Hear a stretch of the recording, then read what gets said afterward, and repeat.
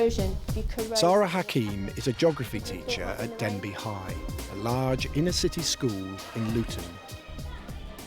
An hour away, in the heart of the Bedfordshire countryside, is Sharnbrook Upper School, where Dee Saran is also a geography teacher.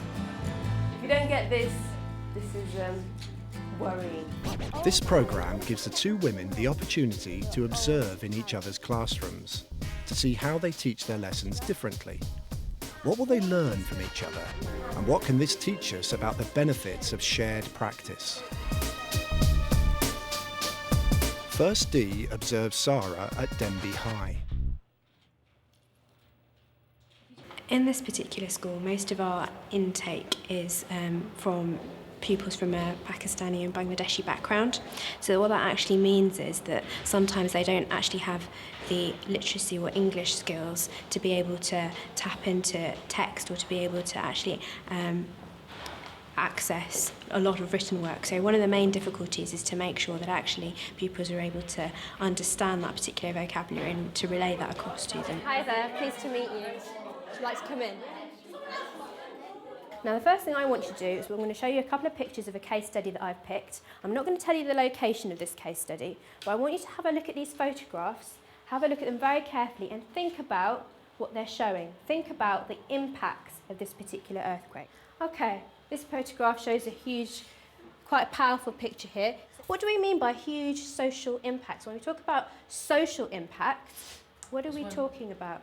Community gets something like an accident that happens which tears them apart. Fantastic, good. So social impacts are all to do with people, factors that affect people's lives. Where do you think these photographs have actually been taken? Is it where Pakistan, like? Well done. Yeah, good, fantastic. It was taken in the Pakistan earthquake that occurred recently. Can I ask you all to have a look at your case study wheel? It is a circle that's been divided into different sections, and each section is a bit like a slice of pizza. Now, what I want you to do is actually fill in this case study wheel. Brief bullet points. But it's important that you include as many facts and figures as possible. So this is where your newspaper article comes in. Can you have a look at the first paragraph, please, of your newspaper article? 80,000 people died, 3.5 million people homeless, people stuck underneath schools, whole generations lost. Where are you going to put that in? Social impact. You've only got about 10 minutes in order to get as much information down here as possible, because afterwards I'm going to test you with an exam question. And so what happened when they were at school? Yes, you could. What kind of economic impacts do you think will be as a result of this particular earthquake? Right, just a couple more minutes to get this done. You just want brief facts and figures in each section. You've now had a look at the impacts of the Pakistan earthquake. And in front of you, you've got an exam question. This is a GCSE exam question. The whole idea is for you to practice your essay style. What is the first thing we need to tell our examiner? What is the first thing we need to say at the beginning of our story? Location. Location, fantastic. Once you've given the location, what is the next thing that you're going to do? Are you going to just list off all the impacts? What are you going to do? Social impacts. Now, the order that you do this exam question is the order of your wheel. Take each section one by one in a very logical way.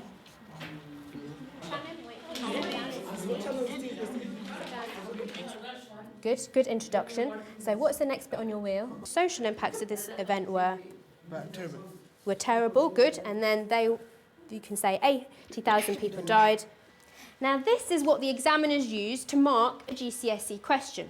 If it is a level 1 answer, then you've probably only briefly given details about the case study, it says. It says you briefly described the impacts. You haven't really explained them.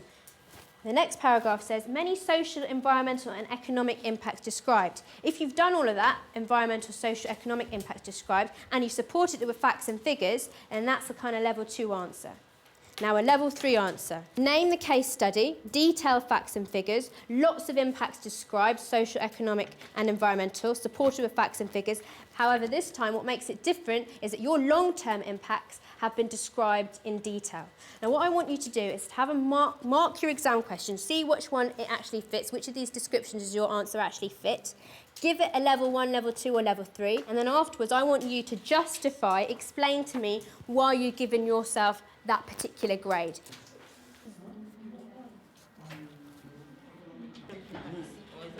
can't see us, but he looks at when he's talking to us. Now we're going to have a go at this exam question again in another couple of weeks' time to see if your grade has actually improved. Yeah, I thought it went well. I thought the AFL activity that Zara used was very good, and I think it was good in sort of initiating their understanding about what it takes to answer a good exam question. Today it's Sarah's turn to observe at Sharnbrook. As teachers, you don't really get a chance to see other people and see practice from the back of the classroom. So it'd be really a great opportunity to see someone else teach and gather a bit of inspiration and ideas. My key strengths are hopefully trying to bring students' experiences into the way that I teach and trying to take what they have and their understanding of daily geography and sort of bring that into my teaching. Okay, and the aim of today's lesson is to understand what ecological footprints are and how and why they vary. The first thing I want to ask you is, did you all go away and do your questionnaires with your families? Brilliant, okay. What kinds of questions were on your ecological footprint questionnaires? What kinds of questions were they? And what were they designed to do? To see how much we harm the environment. Good, well, harm the environment, or to see what impact we had on the environment. On the board here, I've got a big red footprint with the number 35. That's the maximum score you could have got. And the lovely green, environmentally friendly footprint, which is 14. I'd like to hear some of your scores, please, okay? Peter? I got 15. Okay, you got 15, which is very close to about here. Okay, and did you ask one of your adults, or who did you ask? My mum. Okay, and? 19, not too far off. Okay, we'll put Peter's mum here. Would you say overall, the person that you asked, your adult, was their footprint bigger than yours? Or was it smaller? Bigger. Would everyone agree bigger? What I want you to do is discuss with the person next to you, why is it that their footprint is bigger than your footprint? What do they do that might be different to what you do? Okay, you've got a minute just to quickly discuss that, then we're going to feed back to the rest of the class. Off you go.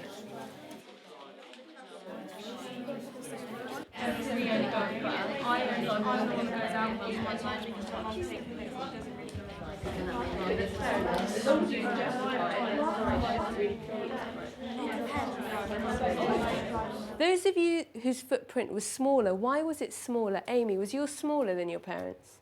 Why was that, do you think? Because my mum travels, like she does all the school runs. Oh, right. We have 5 kids in our family, so it's 3 different schools. Wow. What I'm going to show you is a DVD of me somewhere during Easter holidays. I went somewhere during Easter holidays. What I want you to do is, number 1, guess where I went. Okay, and number 2, what I want you to do is to think about the different things that I'm doing whilst I was on holiday. And the reason why I'm asking you to do this, okay, is because I want to talk about how your footprint might actually vary at different times of the year. Okay, what am I doing while I'm on holiday? Okay, hands up and tell me, where do you think that was? Where do you think that was? Rome. Brilliant, Rome. Now, what was I doing while I was there? Yes, Kaylee? Sightseeing. Yeah, I was doing lots of sightseeing. I was seeing the main things. How do you think I got about on my daily routine? Did you go on a tour bus? I did go on a tour bus, okay. How might my footprint be different then to my daily routine? I want you to write down how my footprint may be bigger or smaller, you might think it's smaller, and why you think that. Would anyone like to volunteer what they wrote? I think that it may have decreased because you walked places and you used the public transport to get around the city, but you might have increased it because you went by plane. Good. Would you like to change some daily habits? Yes, we would, miss, okay? Let's get your questionnaires out that you did. On the back of those, okay, we have got a little diary. Over the next 5 days, you are going to closely monitor your targets. Remember, your mission is to reduce your footprint over the next week. Nikki, what did you set yourself? turn the light off more. Turn the light off when you leave the room. When the heating comes on, instead of leaving it on and opening a window, just go and turn the heating off. True. How many of us are guilty of that? Can you see, by doing small things, how we can reduce our footprint a little bit more? Maybe if at the end of this topic you will really realise how important it is. I think Dee's lesson was really, really excellent. I like the way that she used personal geographies of the children, their personal eco-footprint, to kind of engage their interest right from the very start of the lesson. The pace of the lesson was really excellent. She was constantly kind of getting the pupils to do an activity, paired discussion, and then bringing the class back and kind of having mini plenaries throughout the lesson.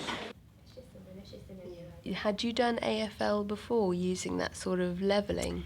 Our Key Stage 4 pupils aren't so confident in answering longer type essay questions, especially at GCSE. So the idea behind that is really to get pupils beforehand practicing these kind of open-ended longer questions. Do you find it's difficult for students to understand what is it that actually makes it a level 2 to 3? It's the interpretive skills. Being able to differentiate between a level 1, level 2 and level 3. And the only way that you can actually sort of get around that is by making the students more familiar with that kind of vocabulary and that kind of language. And so over time, if they keep practicing those questions, then they'll hopefully start to get an idea as to what actually the differentiating factor is. Yeah. Perhaps when you're doing something like this, you could have like one student who might be slightly stronger, sitting with a weaker student. Also looking back at your lesson, you used photographs for the earthquake in Pakistan.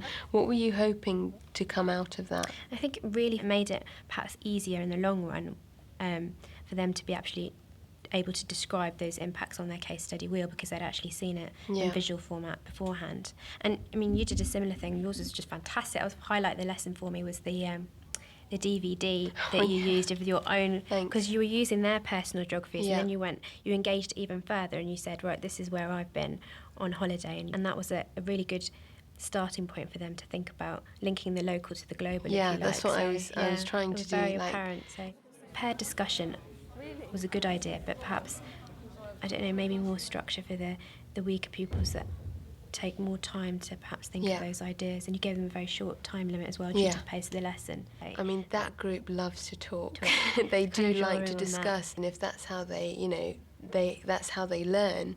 Kind of use that as a tool. Because there's a danger sometimes to be so conscious about have they got enough down in their books. It's okay to have a discussion, and it's okay to be more discursive and not always, have a written outcome, which is quite difficult sometimes because you're so focused on assessments and, do they have enough to revise? I think that's one thing that I'll definitely take from it, the whole discussion aspect. What do we mean by economic? For me, the highlight of your lesson was the pizza case study.